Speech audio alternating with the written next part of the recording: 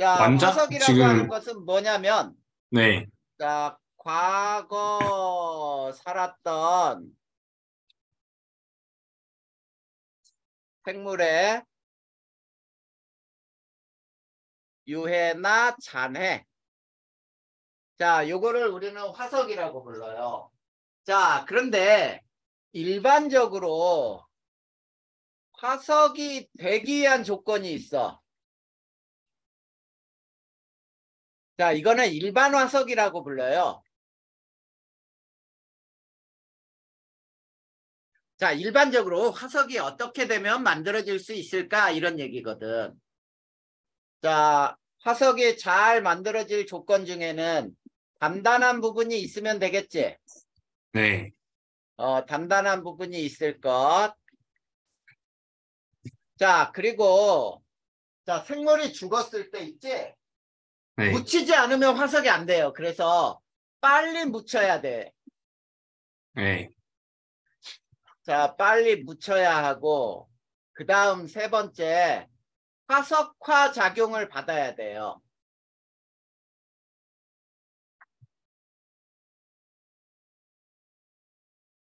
자, 화석화 작용을 받고, 그 다음 네 번째는 지각 변동이 없어야 되겠지. 네, 지각 변동이 없을 것. 왜냐면 지각 변동이 있으면은 화석이 만들어졌다가도 다 부서질 수 있잖아. 자, 그렇기 때문에 이런 조건에 의해서 화석이 일반적으로 잘 만들어져요. 그런데 이제 세 번째, 자, 표준 화석의 조건이 나와 있지. 네. 자, 표준 화석의 조건. 그러면 표준 화석이라고 하는 건 뭐냐? 지층의 생성 시대를 알려주는 화석이라고 불러요. 자, 거기에 비어있는 곳은 선생님이 수업할 때 다 써 넣어야 돼요. 네, 자, 첫 번째, 표준 화석이 되기 위해서는 개체수가 많아야 돼.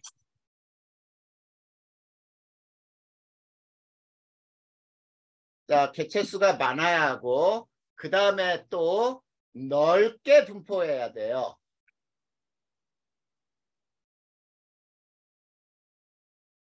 그 다음 세 번째가 짧게 살아야 돼. 한 시대만 생존할 것. 그래서 생존 기간이 짧을 것.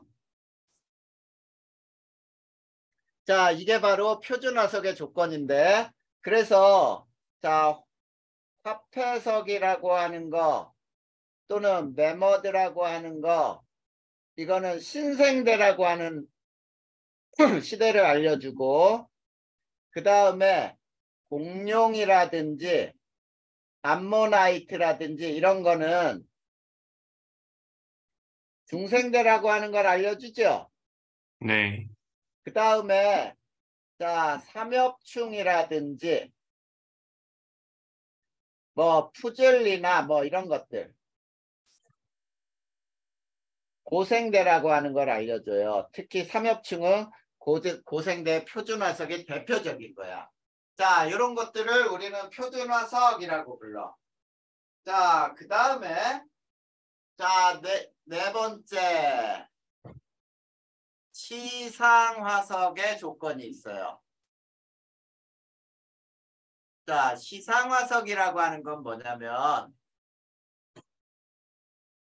지층 생성 당시의 환경을 알려준다야.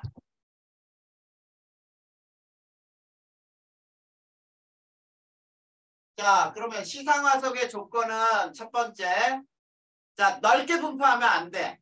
얘는 한정된 지역에 분포해야 한다. 즉 좁은 구역에 살아야 한다라는 것과 두 번째는 생존 기간이 길어야 돼요. 그 대표적인 예가 산호라고 하는 이 화석은 맑고 얕고 따뜻한 바다. 이런 곳에서만 생존을 해. 그 다음에 고사리라고 하는 것은 자, 온난 다습한 육지죠. 네. 자, 늪지라고도 할 수 있어. 습지. 이런 데서 사는 것이 시상화석이야. 자, 그리고 우리가 이렇게 한번 그래프를 볼 때 여기가 기간이고 여기가 분포 면적이라고 할 때 자, 요거는 무슨 화석이 될까? 분포 면적은 넓고 기간은 짧아. 표준 화석. 그렇지, 이게 표준 화석이 되겠지. 그 다음에 이렇게 돼 있는 놈은 시상. 시상 화석이 되겠죠. 네. 자, 이렇게 화석은 이런 형태로 나타낼 수가 있어. 이해됐니? 네. 네. 자, 그 다음 밑에 나온 게 고기후 연구법이라고 나오지? 네. 과거 기후를 연구하는 방법은 어떤 것들이 있을까? 그것들을 이제 또 살펴보자야. 자, 5번째 고기후 연구법. 자, 고기후 연구법에는 가장 쉬운 게 문헌을 조사하는 거야. 자, 글로 기록을 해놨다면은 그 기록들이 남아있으니까 어느 시대는 날씨가 어땠는지 알 수 있겠지. 지층 조사를 통해서도 알 수 있어요. 그 다음에 뭐 지층의 꽃가루 조사, 꽃가루 화석을 조사하는 방법도 있을 수 있고 그 다음에 나무 나이테를 조사하는 방법도 있고 빙하를 조사하는 방법도 있어요. 그 중에서 선생님이 2가지를 특히 설명을 할 건데 나무의 나이테 조사하고 빙하 조사를 한번 살펴보자 이런 얘기예요. 자, 첫 번째 나무 나이테 조사. 자, 나무는 있지. 온난 다습할수록 생장 속도가 빨라요. 그 다음에 나이테는 언제 생기냐면 계절 변화가 있을 때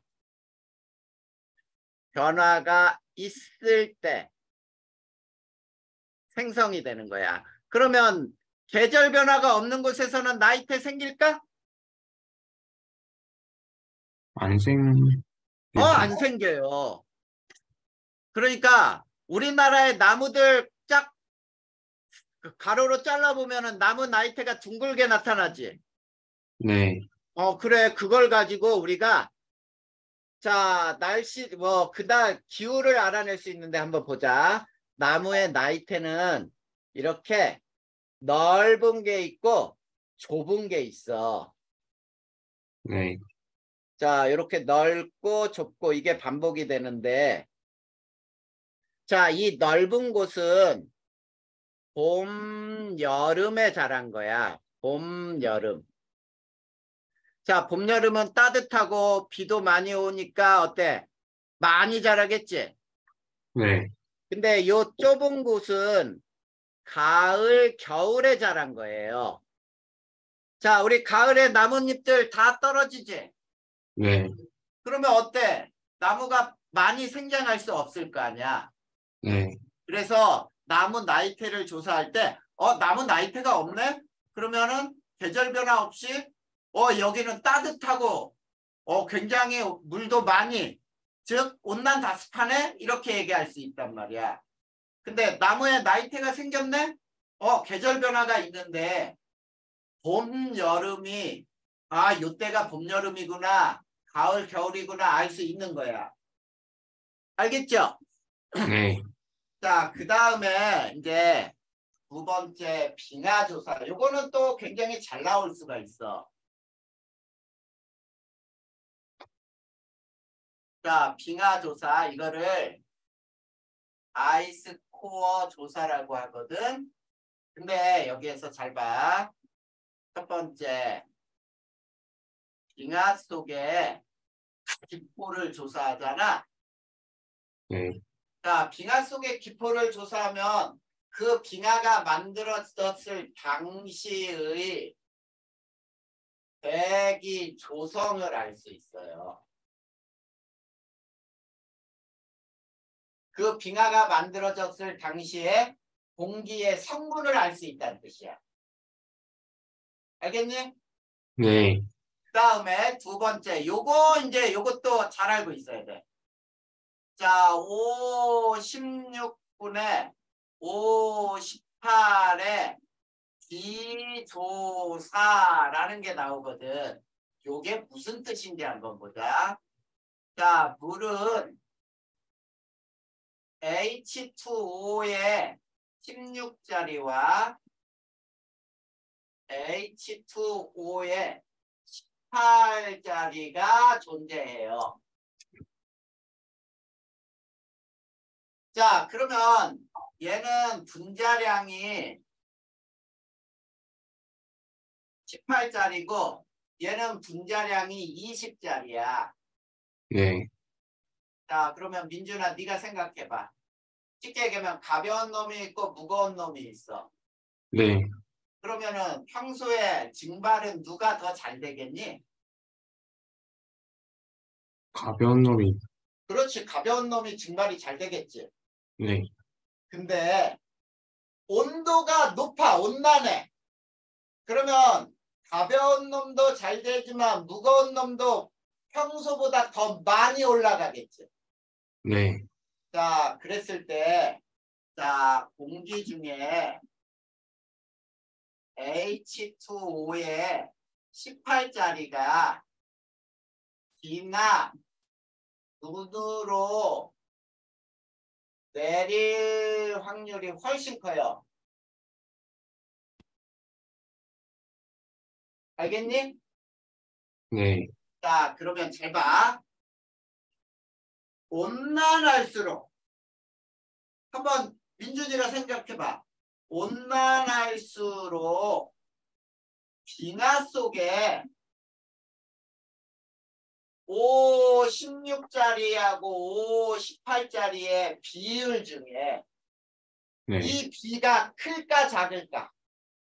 작아질 거. 아니지. 커야지. 왜 그러면 봐봐.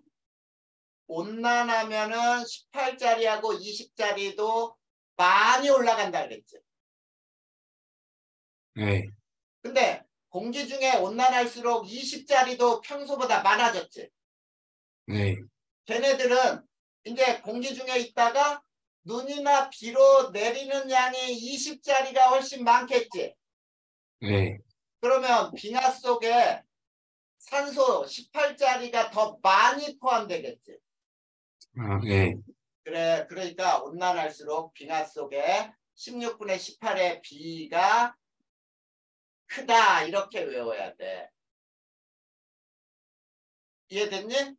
네, 그러면 이제 봐봐. 온난할수록 바닷물 속에 16분의 18의 비율 중에 이거는 작아졌지. 왜? 바깥으로 많이 빠져나갔지. 네, 그러면 온난할수록 해양 생물도 바닷물을 마시고 내뱉고 마시고 내뱉으면서 이 물이 그 식물체나 생물의 몸속에 구성 성분이 되거든. 네. 그러면 온난할수록 해양 생물 속에 5, 16분의 5, 18의 비율은 어떻게 될까? 작아, 그렇지. B가 여기에서는 작아야 온난한 거야. 왜냐면 바깥으로 많이 빠져나갔으니까 해수 속에는 적어졌겠지? 네, 이거를 알아야 돼. 요거는 꼭 시험 문제 나와도 잘 맞출 수 있어야 돼요. 네, 네, 이렇게 해서 과거 기후, 고기후를 연구하는 방법이 나와. 자, 됐습니까? 네, 요거 써놓으면 돼, 빈자리에. 네, 자, 지워도 될까요? 네, 자, 지우고 나서 이제 지질시대 기후는 어땠는지 한번 보자.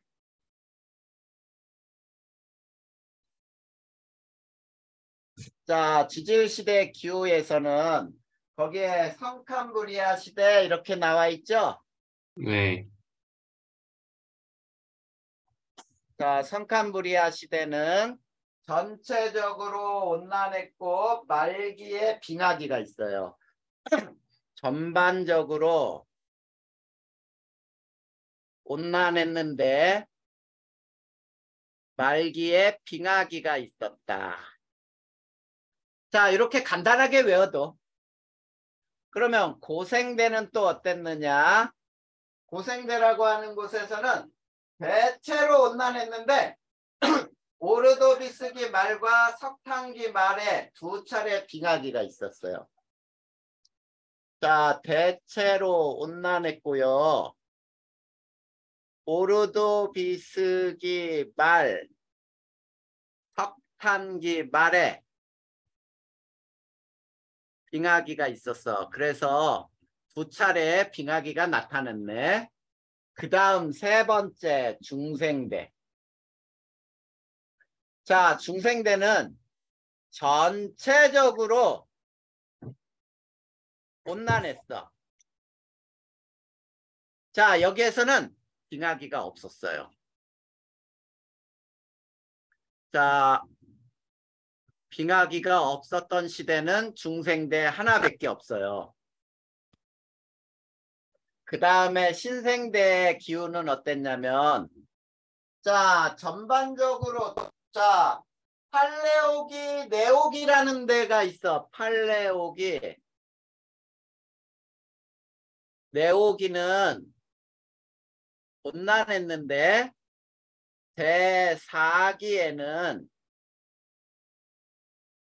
네 차례 빙하기와 세 차례 간빙기가 있었어요. 자, 간빙기라고 하는 거는 빙하기와 빙하기의 사이야. 봐봐. 빙하기, 빙하기, 빙하기, 빙하기가 네 차례 있었으니까 요 사이가 간빙기, 간빙기, 간빙기 세 차례가 나오겠지? 맞니? 네. 선생님, 근데, 그래서 네 차례 빙하기와 세 차례 좀, 간빙기가 있었다. 이렇게 알아두면 돼요. 네, 자, 그러면 이제 지질 시대의 구분을 배워보자.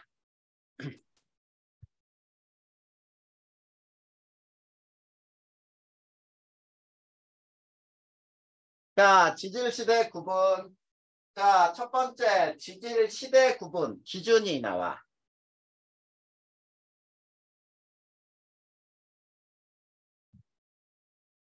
자, 구분 기준이라고 할 때, 자, 봐봐. 고생대, 생, 중생대, 여기도 생, 신생대, 여기도 생이 들어가 있죠. 네, 이 생이 뭘까?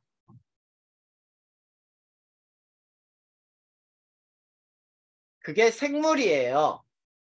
음, 네, 그래서 생물계의 커다란 변동. 자, 그거 뭐냐면 생물의 멸종이나 대규모 자, 출현. 자, 요런 시기를 이용해서 시대로 구분하자 이런 얘기야. 그 다음에 대규모의 지각 변동. 자, 대규모의 지각 변동, 특히 부정학 같은 거. 자, 부정합 같은 것을 우리는 지질시대의 구분 기준으로 잡을 수 있어요. 됐니? 네, 자, 그러면 지질시대 구분 단위가 나와, 이제.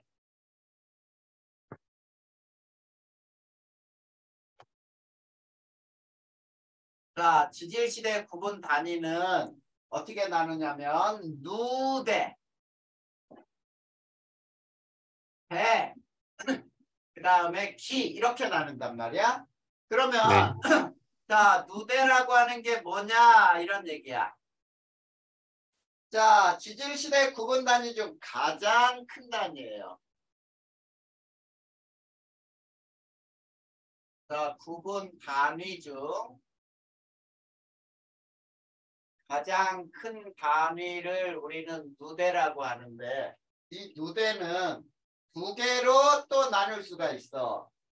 자, 어떻게 나누냐면 자, 생물체가 거의 없거나 화석이 거의 발견되지 않는 황캄브리아 시대.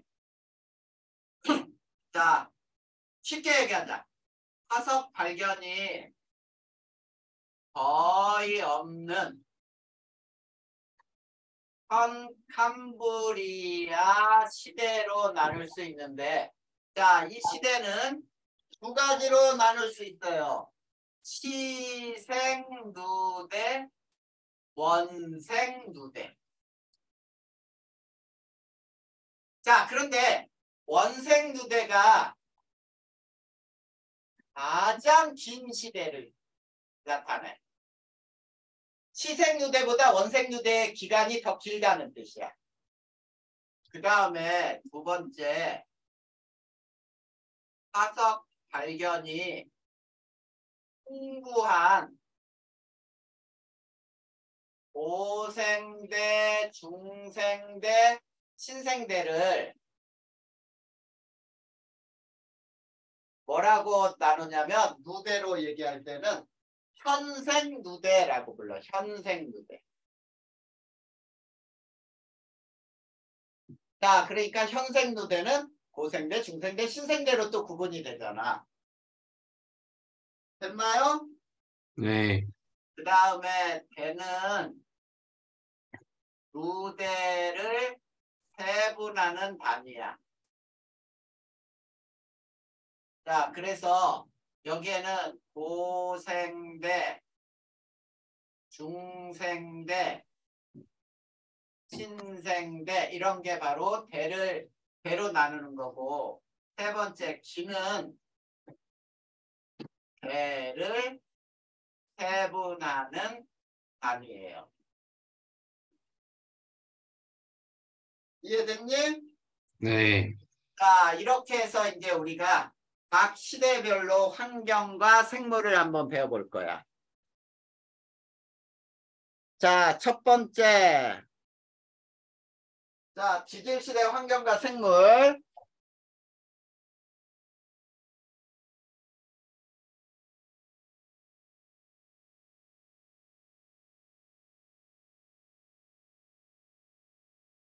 첫 번째가 성캄브리아 시대.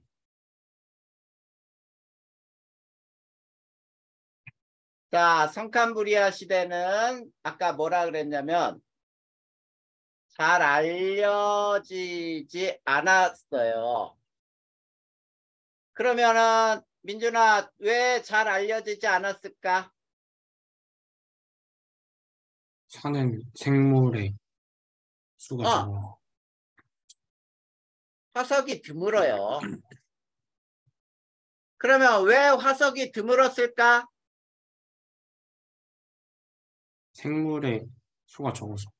그래, 생물의 종과 마리수가 적었어요. 그 다음에 자, 성캄브리아 시대에 살았던 이 생물들은 단단한 부분도 없었어. 자, 단단한 부분이 있을수록 화석이 잘 만들어지지? 네.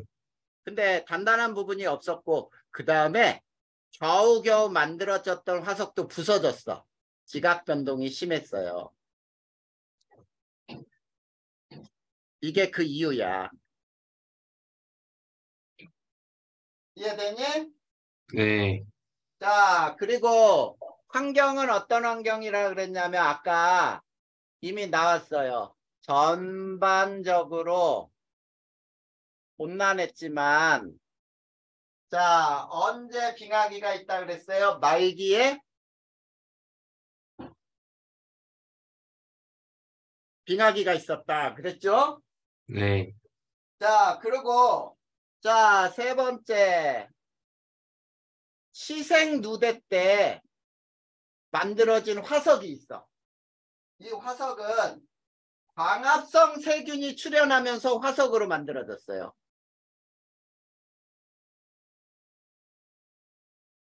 자, 광합성 세균이 출현하면서 얘네들이 화석으로 된 게 바로 뭐냐면 스트로마톨라이트라고 하는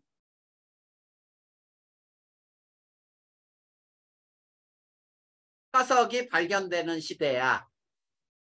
자, 그 다음에 원생누대.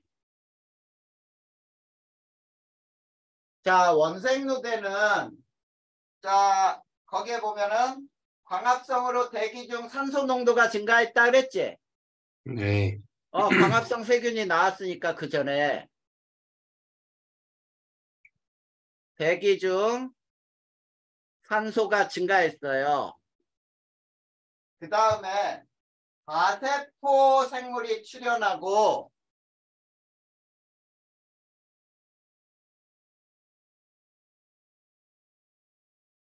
그 다음에 자, 지질시대 중 가장 긴 시대야.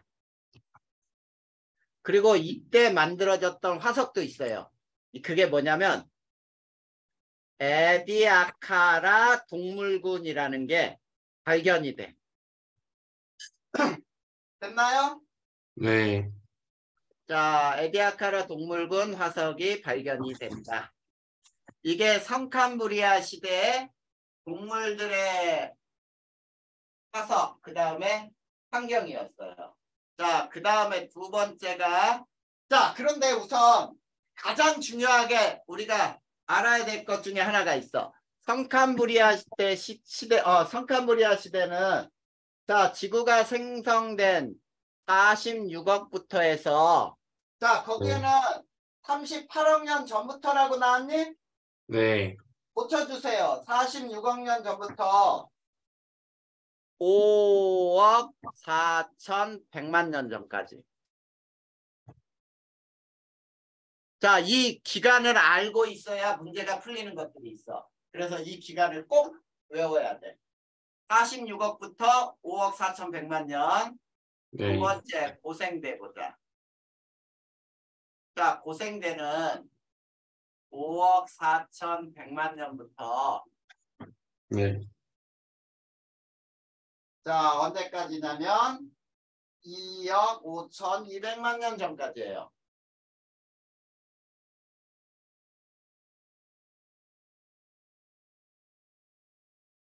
자, 여기가 고생대야. 자, 그러면 고생대 환경은 어땠는지 봐봐.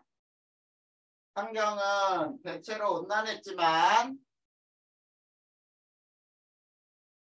아까도 썼듯이 오르도 비스기와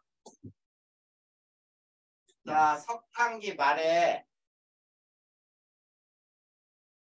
빙하기가 두 차례가 있었어요. 네. 자, 그 다음에 두 번째 말기에 자, 대륙이 하나로 합쳐졌어. 이걸 뭐라고 하죠? 판계약. 하나로 합쳐져 판게아가 형성이 됐어. 자, 이때 대규모의 멸종이 일어나요. 해양 생물의 전멸 또는 90% 이상이 죽어. 알겠니? 네. 자, 이 시대의 생물들은 어떤 생물들이 살았는지 봐봐. 자, 고생대를 기로 나눌 때 캄브리아기, 오르도 비스기, 실루리아기, 그 다음에 대봉기, 석탄기, 해름기 이렇게 나눌 수가 있어. 네. 그러면 캄브리아기 때는 자, 삼엽충 완종류가 번성했다. 완종류가 번성을 했어요. 이거는 무척추 동물이야. 척추가 없어, 뼈가. 네. 근데 오르도비스기에서 최초의 척추 동물이 출현했다 그랬죠. 네. 이게 알아야 되는 거군요. 최초의 척추 동물 출현은 고생대 촌에 갑주어라고 어류예요, 어류. 자, 실루리아기 때 또 최초로 일어난 게 뭐냐면 최초의 육상식물이 출현을 했어요. 네. 육상식물이야. 자, 그러면 식물이 육지로 올라왔다. 그 얘기는 자외선을 차단할 수 있는 오존층이 형성이 이미 됐구나라는 걸 의미하는 거야. 그 다음 대봉기에는 어류가 번성을 했고요. 네. 잡초가 출현한 이후 어류가 번성을 했고 그 다음에 양서류, 개구리, 도롱뇽, 양서류가 출현을 했어. 네. 자, 양서류를 잡아먹는 게 파충류예요. 그래서 그 다음 석탄기 때는 양치식물이 번성을 했어. 자, 이 양치식물이 죽어서 석탄이 되는 거예요. 석탄식으로. 그리고 파충류가 출현을 하겠지. 네.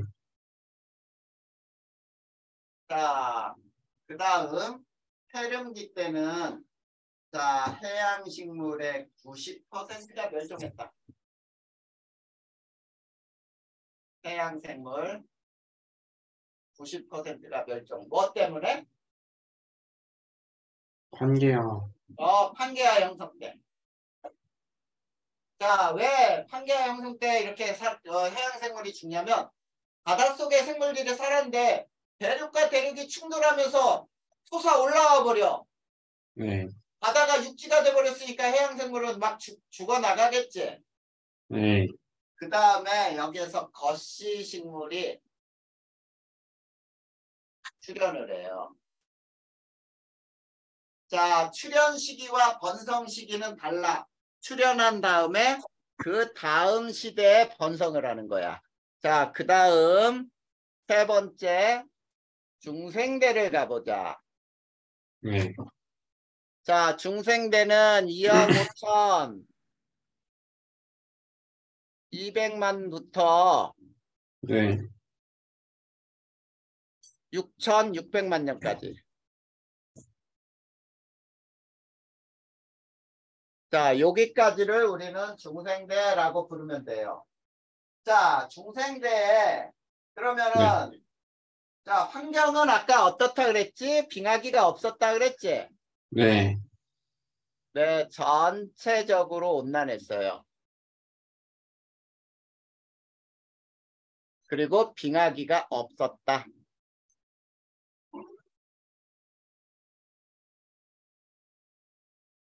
자, 그 다음에 판게아가 분리되면서 생물의 서식 환경이 또 변하는 거야. 자, 중생대 초에 판게아 분리로 생물의 서식 환경이 변화하는 거야. 변화. 이때 또 한 번 생물의 대멸종이 일어나요. 자, 그 다음에 세 번째 파충류가 번성해서 우리는 이 시대를 파충류의 시대라고도 불러.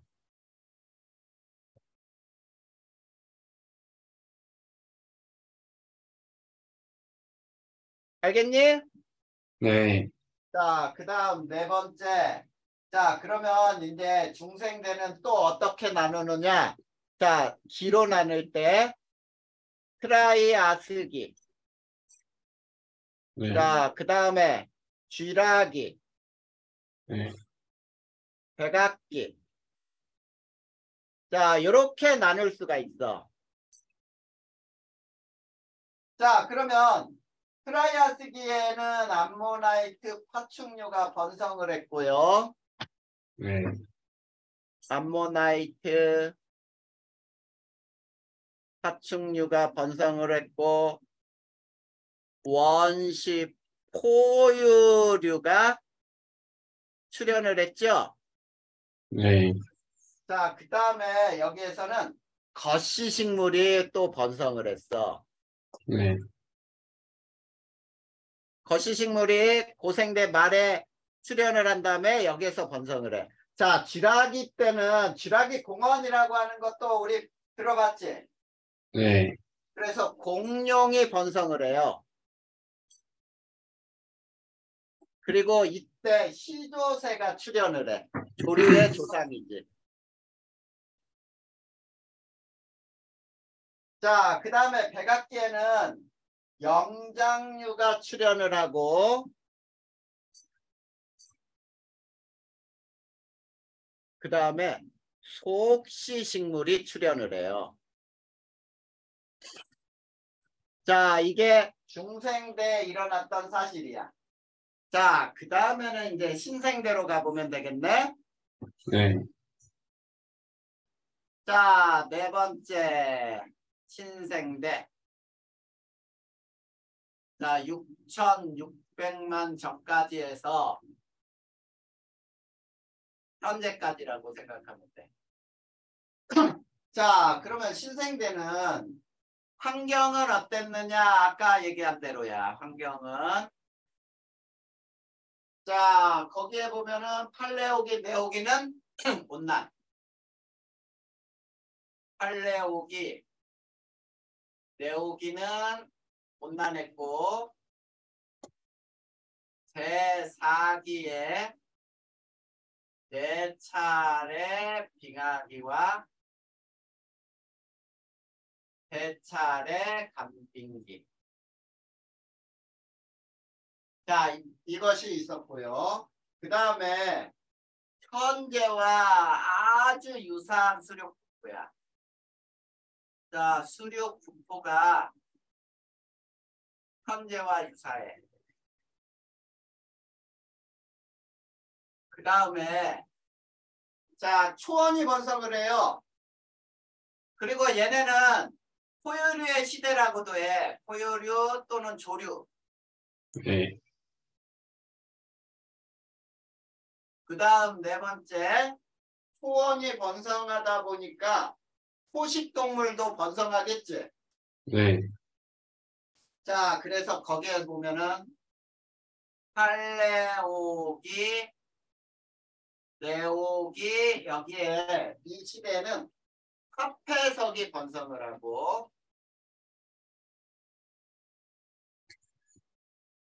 초원이 번성을 해요.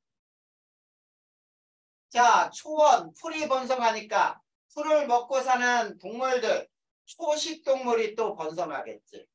네, 네, 이렇게 돼요. 자, 그 다음에 제4기에는 자, 대형 포유류의 번성과 빙하기로 멸종이 일어나요. 매머드 같은 거지.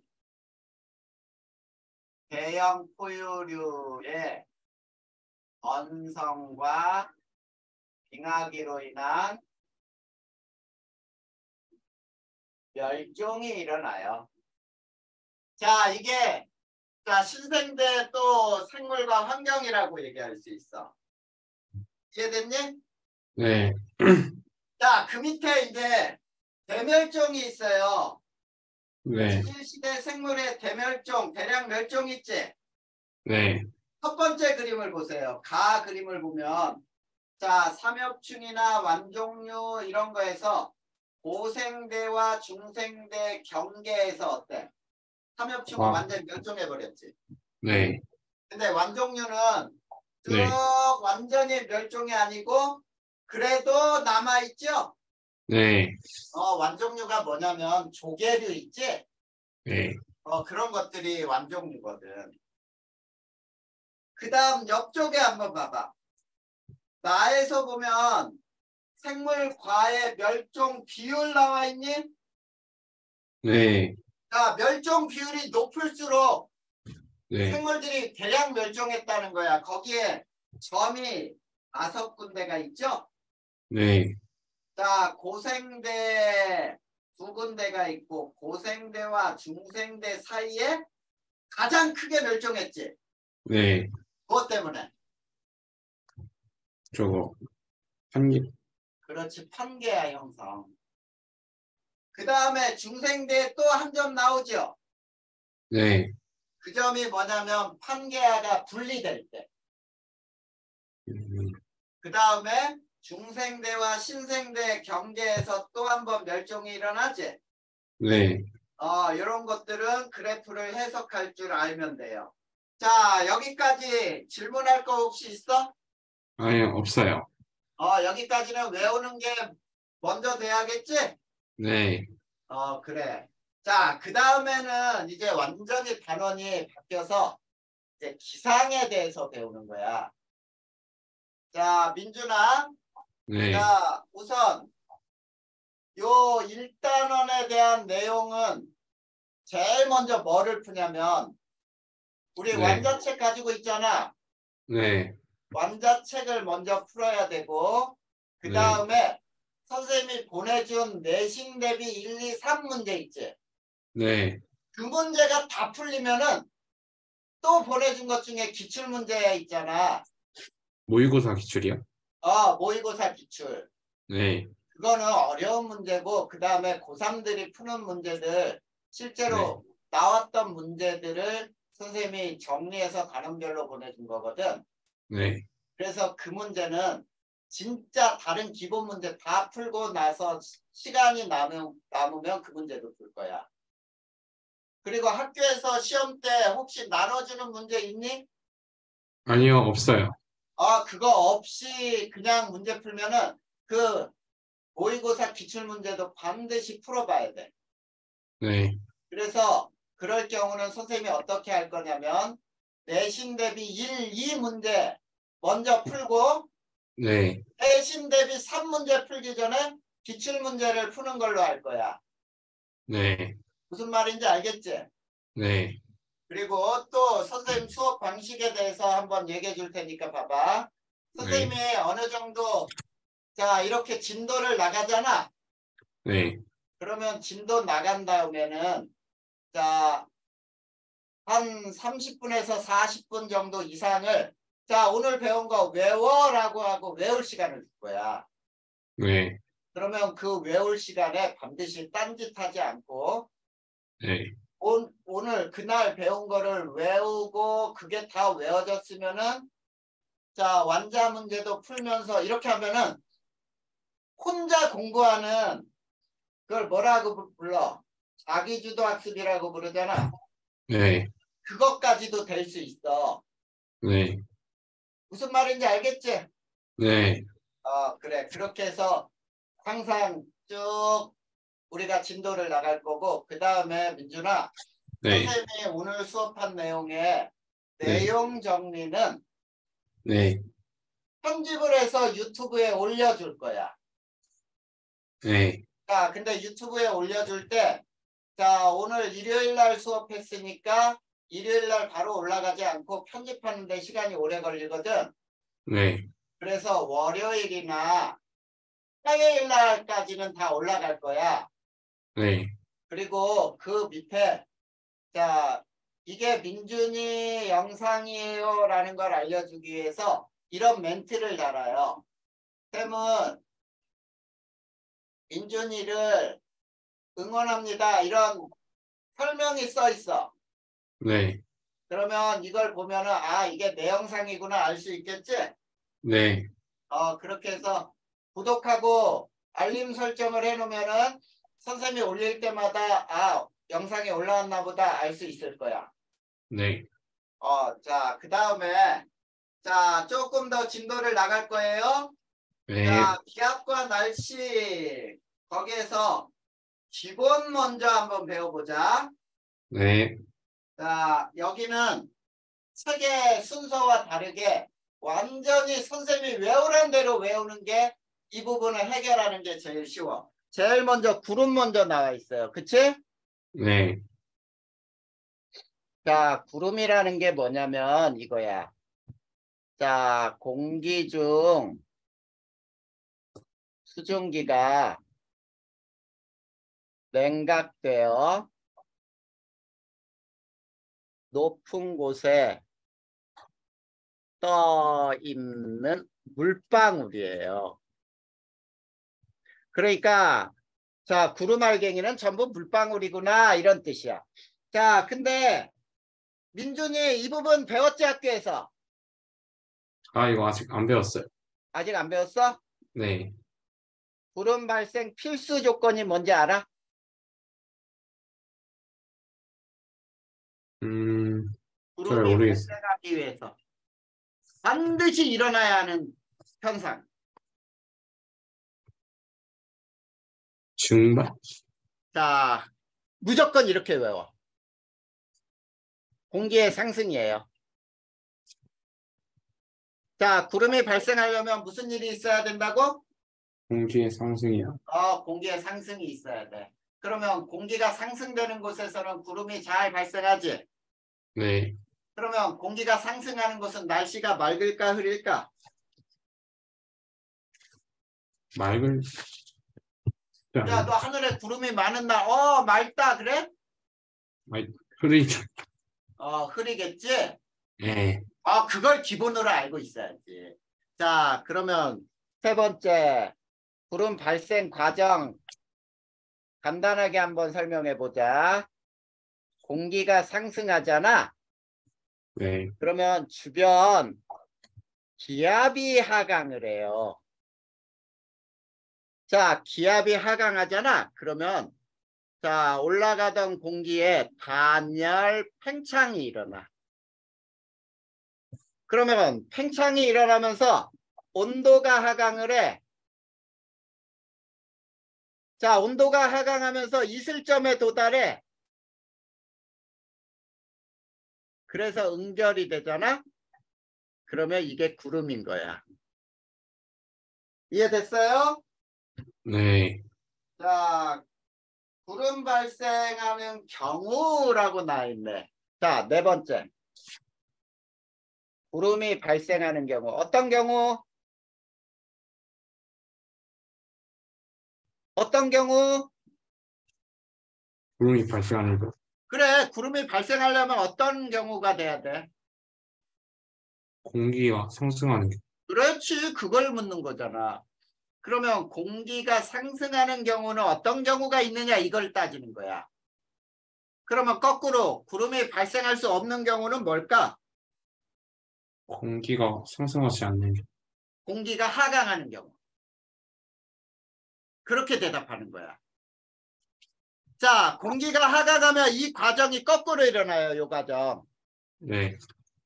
자, 공기 하강, 주변 기압 상승, 단열 압축, 온도 상승, 구름이 흩어짐 이렇게 되는 거야.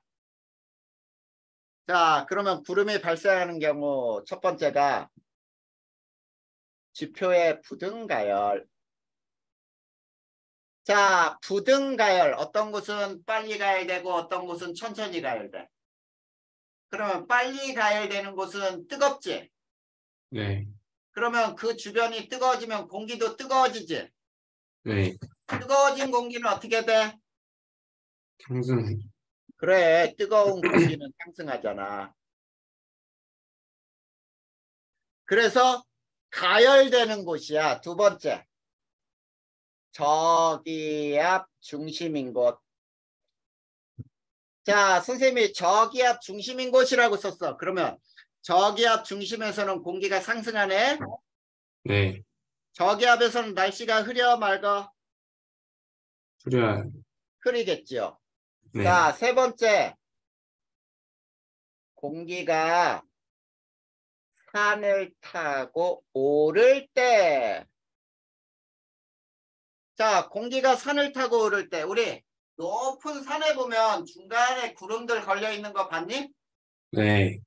자, 공기가 있지. 이동하다가 산에 탁 부딪혀. 부딪히면 산을 타고 올라요. 네. 그러다가 구름 생기는 거야.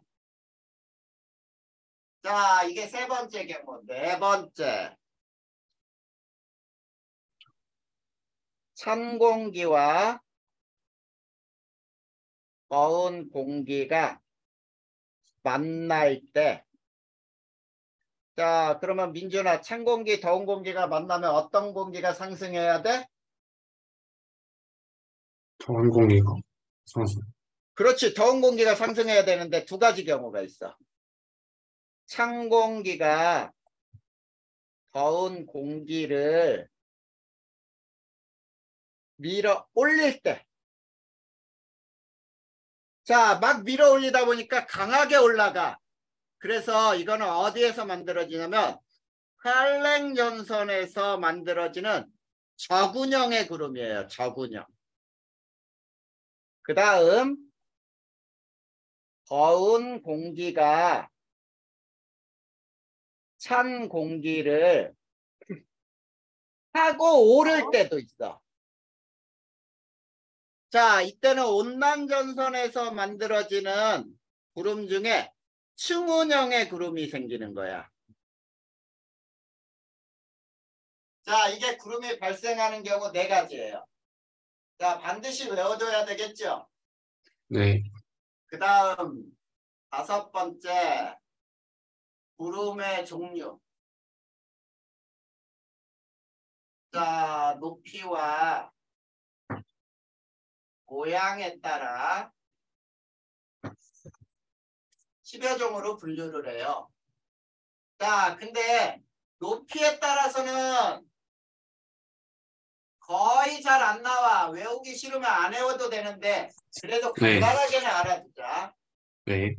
아주 높은 곳에서 만들어지는 거를 상층은 건자가 들어가 있어요.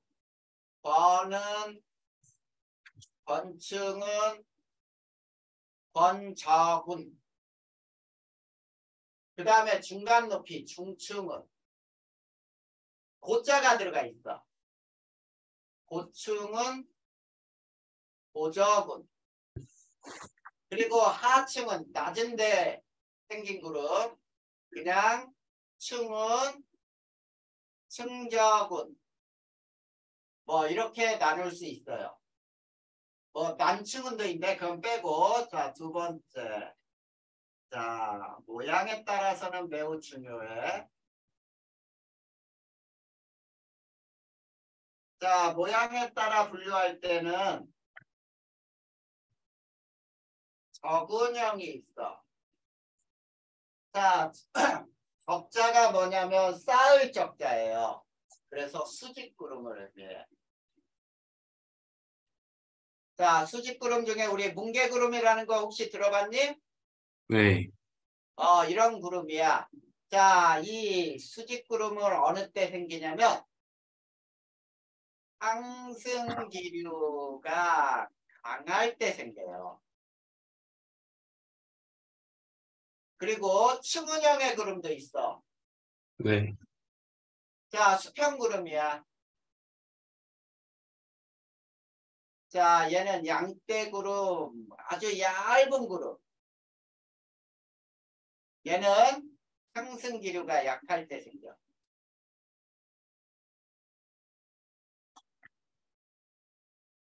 자, 이렇게 생기는 게 모양에 따라 분류야. 자, 그 다음에 또 이것도 중요하네. 구름 사진이 있어요. 자, 구름 사진도 해석을 잘해야 돼. 자, 가시 영상이 있어. 자, 가시 영상은 낮에만 촬영이 가능해요.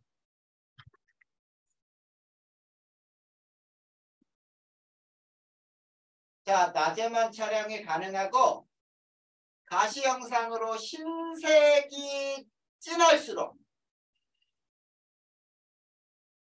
구름 두께가 두꺼워요.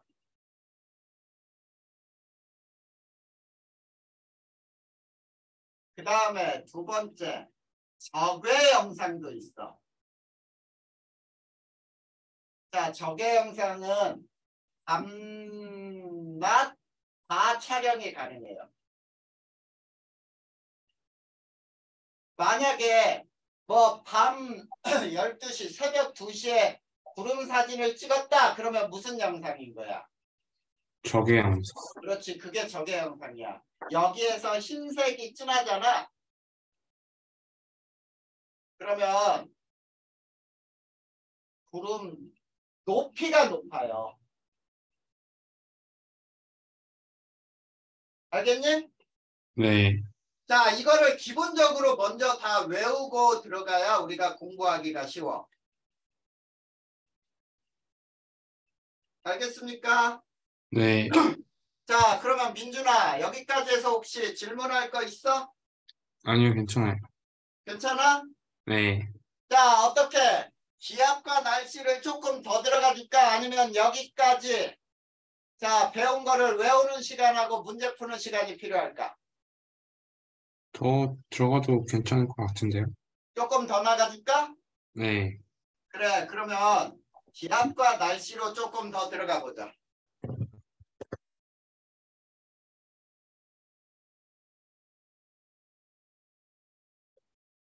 자, 기압과 날씨에서 고기압. 자, 고기압인 건 뭐를 고기압이라고 하냐면, 자, 기준이 있어요. 그냥 얼마보다 높으면 고기압 이런 게 아니고, 주변보다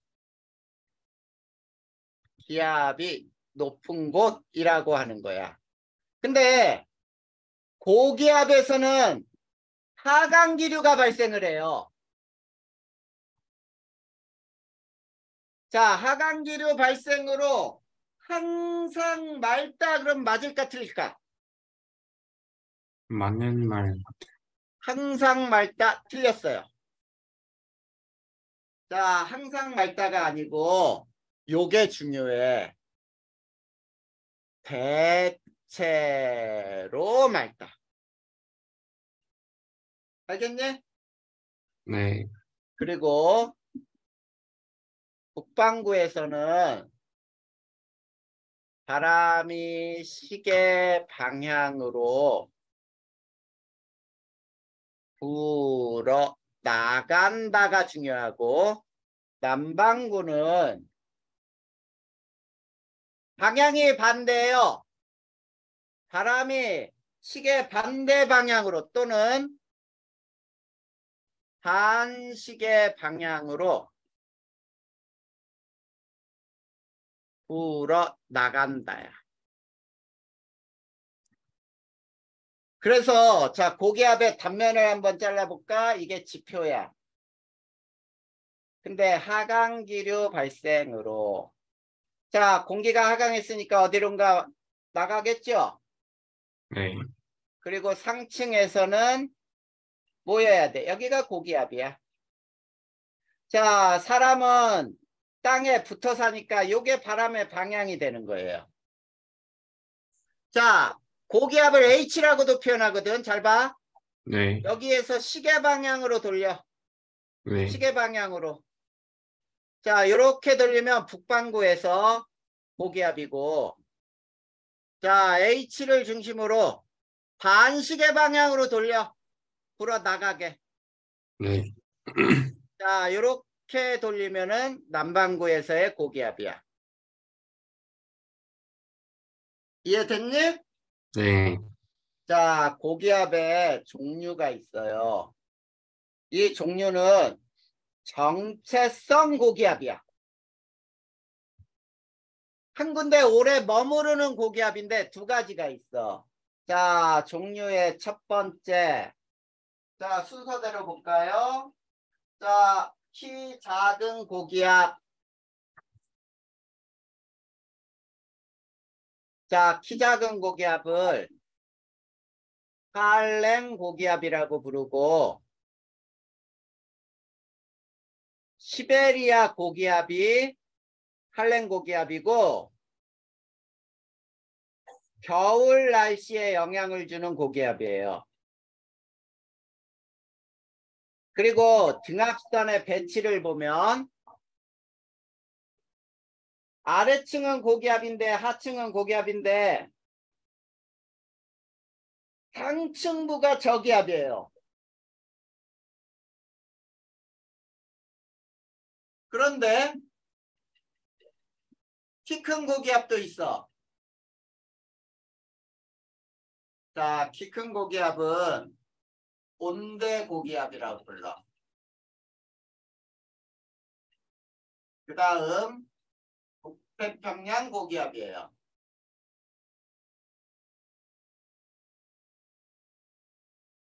그 다음 여름 날씨에 영향을 줘.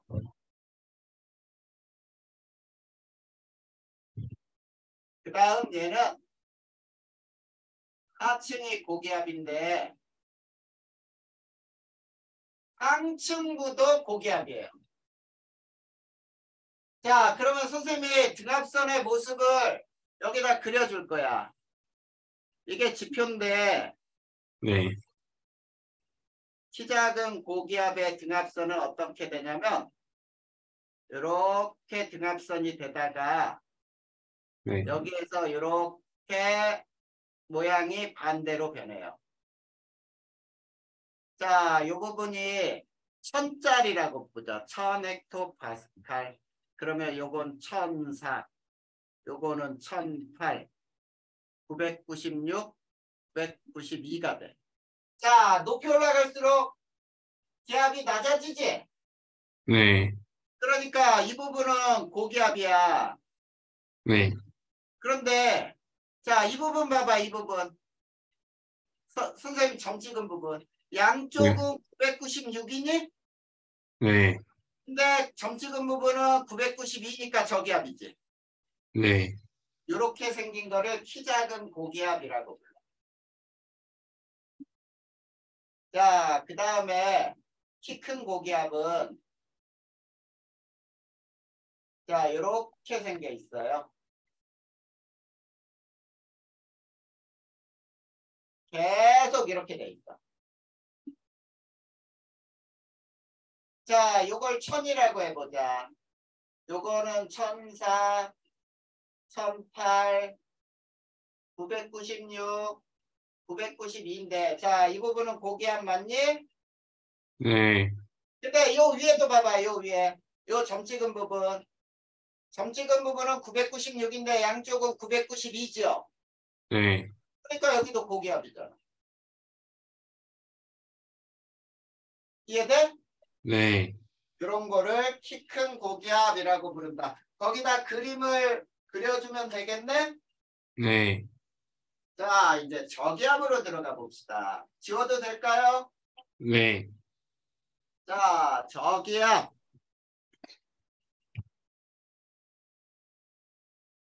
자, 얘는 주변보다 기압이 낮은 곳이지? 네, 기압이 낮은 곳. 자, 여기에서는 아까도 얘기했지만 상승기류가 발생을 해. 네, 그러면 구름이 생기겠지?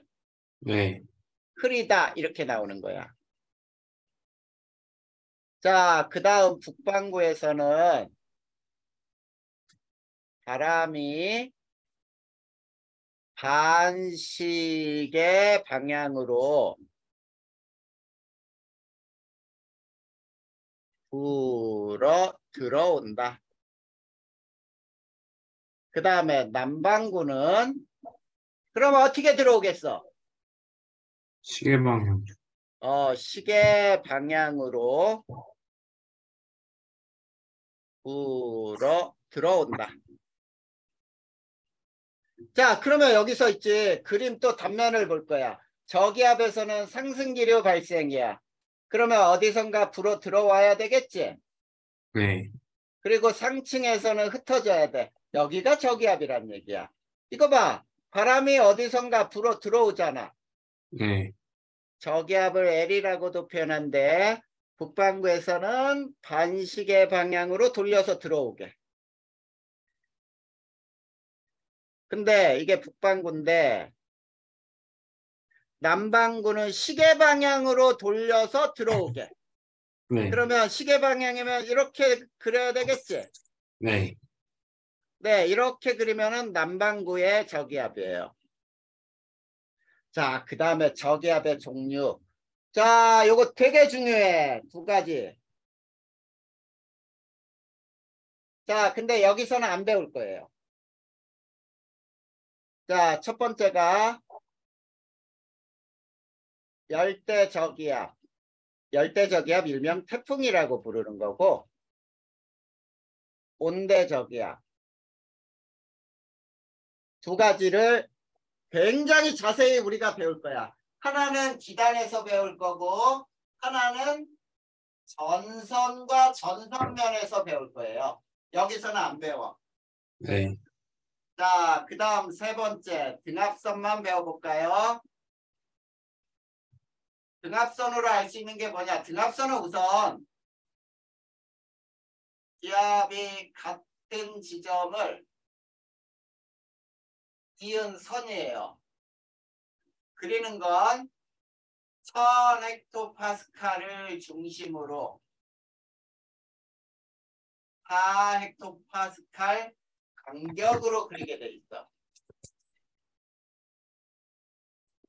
그 다음에 등압선으로 알 수 있는 거 도밀할수록